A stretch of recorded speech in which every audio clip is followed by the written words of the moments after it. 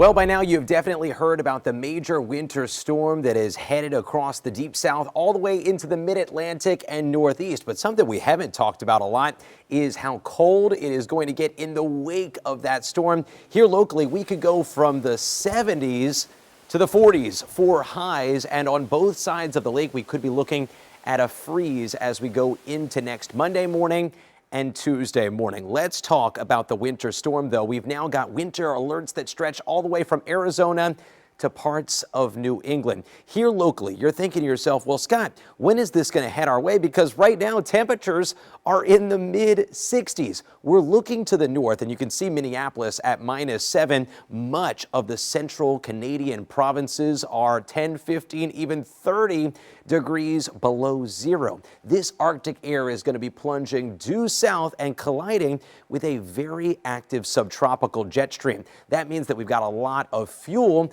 to produce rainfall that then translates into the wintry form as it collides with that Arctic air. Here's the setup. The storm track kind of right across parts of South Louisiana. That means that predominantly here, we're looking at a cold rain. To the north along the I-20 corridor, though, that is where we could see a wintry mix and the possibility of a crippling ice storm. Here's a look at the ice forecast. Again, remember, there's a difference between sleet and freezing rain. Freezing rain is the one that kind of acts like a glazed donut. It collects and coats everything. The power lines can come down.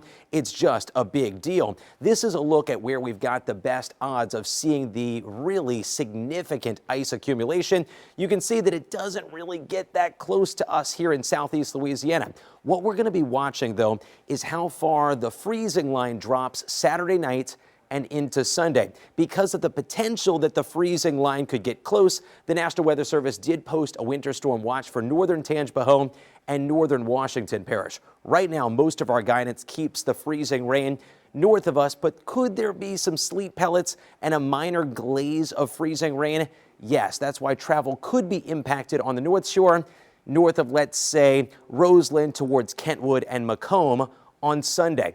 This is noon on Saturday, and one thing that I'm going to be watching, could we see a couple of isolated stronger storms Saturday into Sunday? This particular model keeps the frozen stuff north of Macomb, but let me tell you, the temperatures are going to plummet. Monday morning, lows in the upper teens, low 20s North Shore. Even on the South Shore, we could see 20s to possibly near 30 degrees, and the wind chills are going to feel even worse than that. Here's a look at the North Shore by a snapshot. Lows in the upper teens, low 20s Monday and Tuesday morning. South Shore, we're in the mid-20s to upper 20s, and wind chills, guys, could be in the single digits Monday morning north of the lake. Get ready to bundle up. We've got first warning weather alert days Saturday through Tuesday.